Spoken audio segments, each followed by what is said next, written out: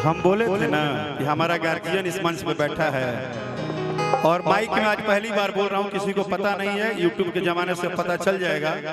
विश्वास भाई भी खड़े हैं। राकेश मिश्रा अगर सही में कलाकार बने ना तो मेरे घर में कोई कलाकार नहीं था, लेकिन आप जैसा बड़ा भाई था जो बचपन से मुझे सहयोग किया है। थैंक यू अंजलि भैया। किधर ना ना ना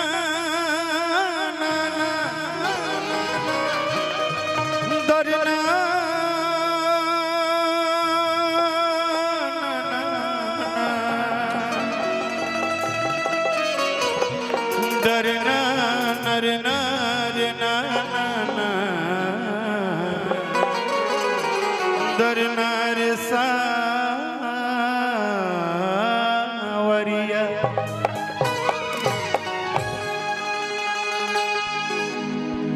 छोटू बैठे हैं, लेकिन छोटू को सब जानते हैं कि छोटू हमारे लाइफ में क्या है, तो इसलिए कभी कभी कुछ ऐसा हट होता है जिसको परिचय नहीं दिया जाता है।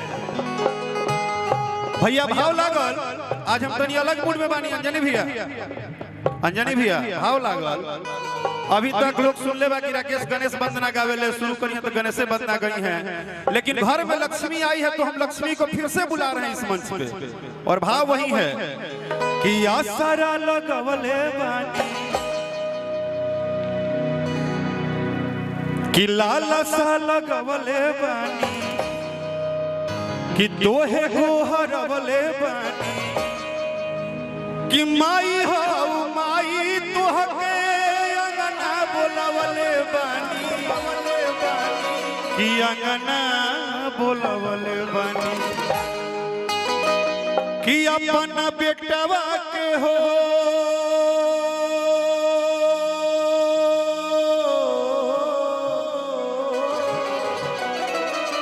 कि अपना बेटवा के ललसा हर तू पूरा जाई तुवे माई।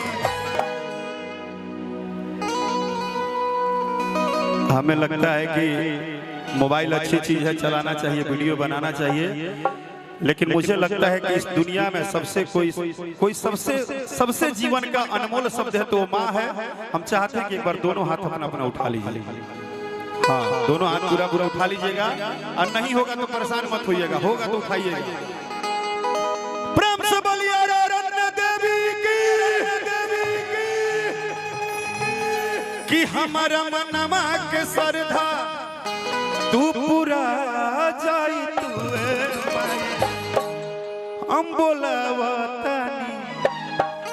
बोलावतानी माई अरे आ जाई तू, हम बोलावतानी माई अरे आ जाई तू।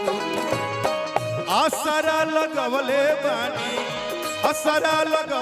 बानी दिया ना जरवले बानी जनतारू माई हम तो तुहरा के बोलवले बानी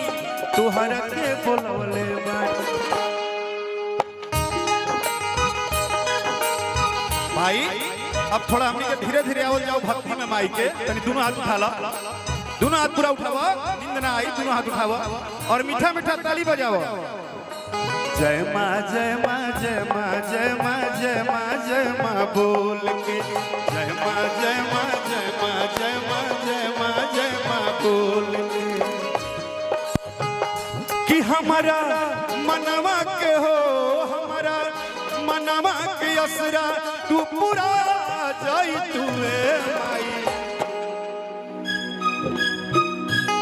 तू पूरा जाई तुए माई।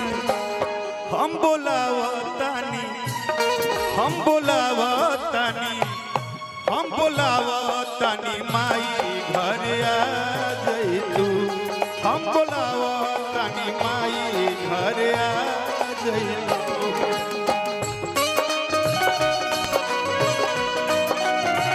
अरे यार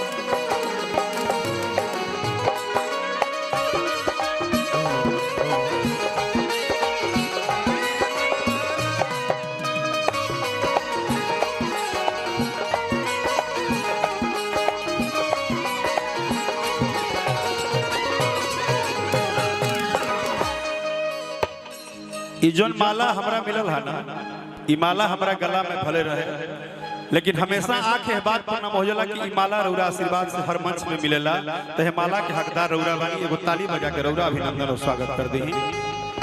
और जोन माला हम सबके गला में डलनी है ना उ लोग ऐसा है जो कुछ बोले तो ना लेकिन हमनी से हजारों गुना ज्यादा पसीना उ लोग बहावेला जब मंच पे बैठ के बजावेला तो पूरा जी बजावो तो ओकरा खातिर को जोरदार ताली रौरा बजा दे तो हमारा बड़ा अच्छा लगा। धन्यवाद कि जानते तबाड़ू माई हो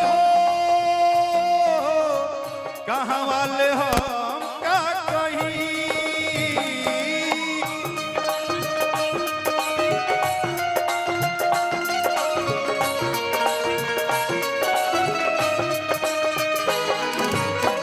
बिना तोहर कृपा माई हो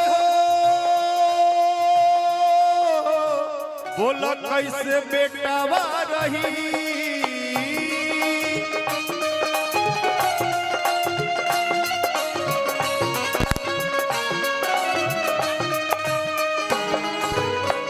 बिना तुहरा कृपा माई हो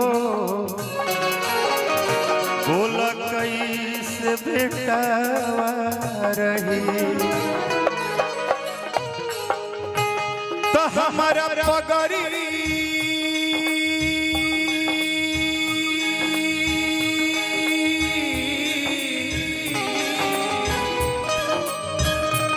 कि हमारा पगड़ी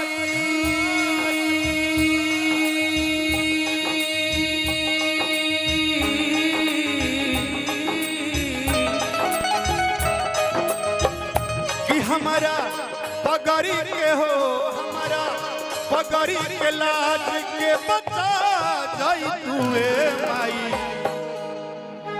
माई हमरे ना ई लड़का जितना खड़ा होके वीडियो बनावता रहे ना जौन यूट्यूब पे इतना मेहनत करता रहे सो कनियो के जीवन में कबो दुख ना आवे आ जितना लोग रहता भजन में सुनाता ताली बजावता हर केहू के पगड़ी के लाजे से रखिया माई कि तू हमनी के माई हो हमनी के तहार बेटा है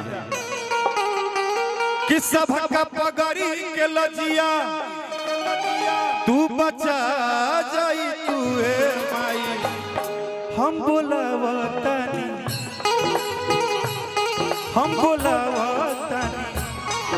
बोलावतानी माई अरे आ जाई तू हम बोलावतानी माई अरे आ जाई तू हम बोलावतानी माई अरे आ जाई तू हम बोलावतानी माई हम बोला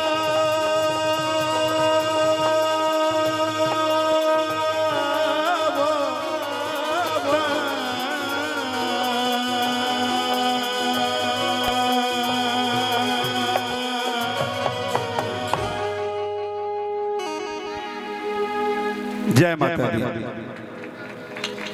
अगर साचो अच्छा लगा तो जोरदार ताली बजा दो, बता दी। कोई बात नहीं, हम लोग 11 में ज्यादा बोलो ठीक ना हो। एजा ताली हाथ दुइये जगह उठला बस। आप याद रखिए, आप आरा जिला में हैं, रोहतास में हतवारे रोहतास बक्सर सबके एक एक कड़ी है। एजा हाथ दुइये बेरा उठला,